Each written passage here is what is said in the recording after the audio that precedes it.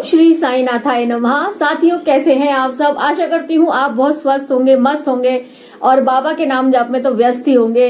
ये कि साईं भक्तों का जो दिन है वो बाबा के साथ ही निकलता है और रात भी बाबा के श्री चरणों के ध्यान के साथ ही होती है। तो साथियों, आज का जो वीडियो है मैं उसमें यही आपको बताना चाहती हूँ कि आप शिरडी जाने से पहले ऐसा कौन सा कार्य है जो बहुत अनिवार्य है और हर भक्त को करना चाहिए। चाहे वो फर्स्ट टाइम शिरडी जा रहा हो या कई बार शिरडी गया हो, उसको हमेशा वो कार्य जरूर करना चाहिए। तो साईं भक्तों, बाबा शिरडी बुलाते हैं, बाबा की ही मर्जी होती है उसमें। आप भले कितने पैसे वाले हैं या आप कुछ भी पहुंच रखते हैं, लेकिन जब तक बाबा आपको शिरडी नहीं बुलाएंगे आप नहीं जा सकते। और अगर आप शिरडी जा रहे हैं तो अपने आप को बहुत ज्यादा सौभाग्यशाली समझिए, क्योंकि साईं का बुलावा जिस भक्त को भी आता है वो अपने आप में बहुत किस्मत वाला होता है। जब बाबा किसी को शिरडी बुलाते हैं ना, तो उसके दुख कम करने के लिए ही बाबा उसे शिरडी में बुलाया करते हैं।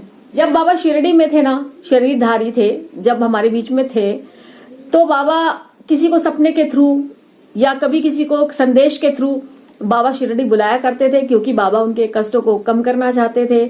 और जो नहीं आता था उसी जगह पर भी बाबा उसका पूरा इलाज कर दिया करते थे। मतलब भक्त जहां भी हो बाबा स्वयं वहां पहुंच जाते हैं।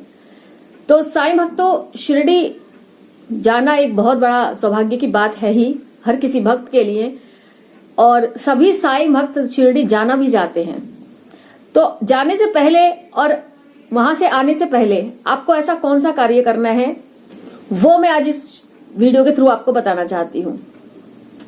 अब जब भी शिरडी जाएं तो जाने से पहले आप बहुत खुशी खुशी अपनी तैयारी करें।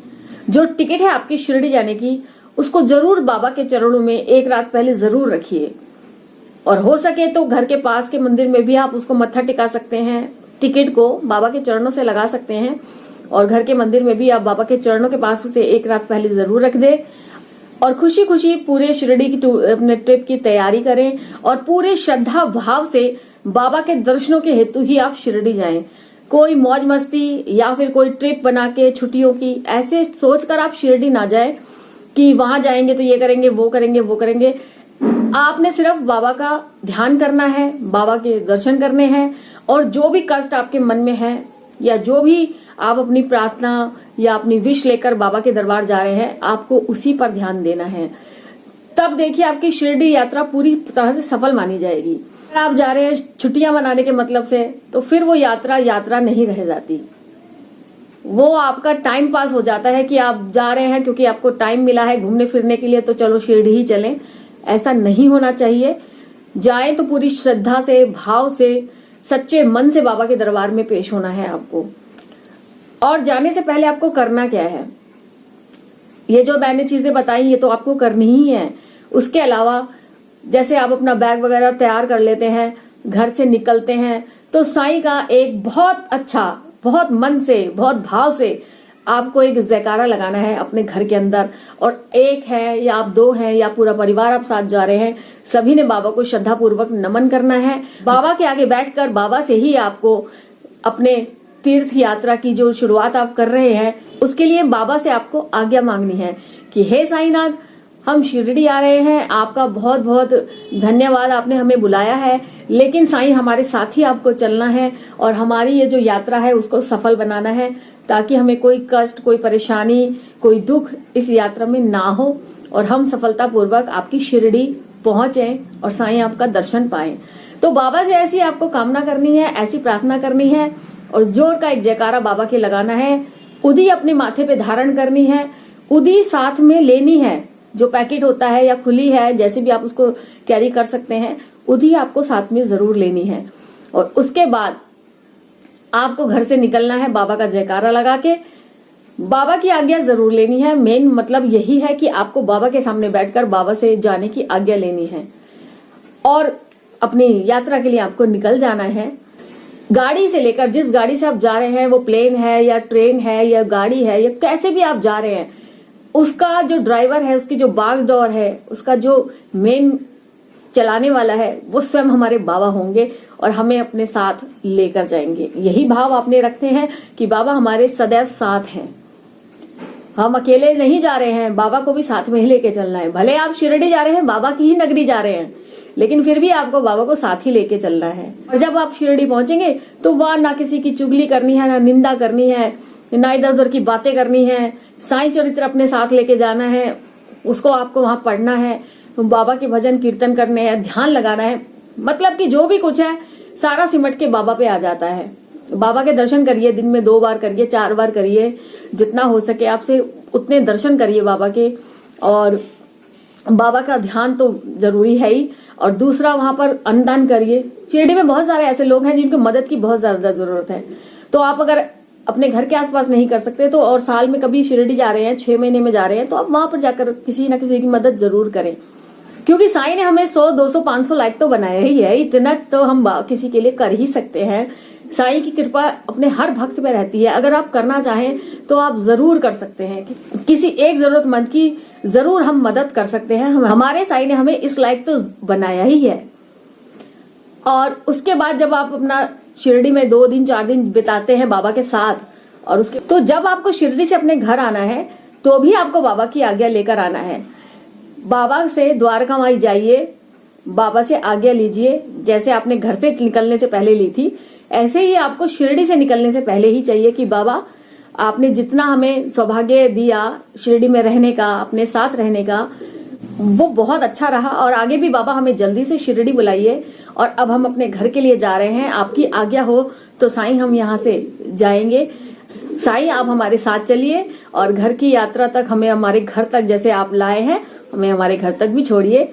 और हमारे साथ मतलब बाबा को रखना है अपने, वहां से आपको आज्ञा लेनी है। बाकी जो कुछ आपके मन में है वो भी साईं से कह दीजिए। और फिर द्वारका माई से आपको तभी अपने सारे बैग वगैरह लेकर निकलना है। तो ये दोनों काम आपको करने हैं। मतलब से पहले भी बाबा की आज्ञा लेनी है और वहां से आने से पहले भी बाबा की आज्ञा लेनी है। फिर आपकी यात्रा का जो आनंद होगा वो दुगना हो जाएगा। तो साईं की आज्ञा लिए बिना ना तो आप घर से जाइए और ना ही साईं की आज्ञा लिए बिना आप घर को आइए। ये जब ऐसे आप शिरडी जाएंगे ना तो आप देखेंगे कि आपकी यात्रा बहुत फलदायी रहेगी। ऐसा मैं यकीन से कहती हूँ। जब आप अपने घर से लगेज लेके जाते हैं ना तो उनका वेट कुछ और होता है, और जब आप लगेज वहां से वही सामान उसी तरीके से पैक करके जब आप अपने घर लाते हैं तो उसका भार कुछ और होता है। तो उसका क्या मतलब है? उसका मतलब यही है कि साईं का आशीर्वाद भर भर के आपके अंदर तो गया ही है, आपके मतलब सोच में, आपके दिल में, दिमाग में तो बाबा ने पहुंचाया ही है। आपके लगेज तक में बाबा ने अपना प्यार भर दिया है। वो जाते वक्त हल्के होते हैं और आते वक्त ऑटोमेटिक वो भारी हो जाते हैं।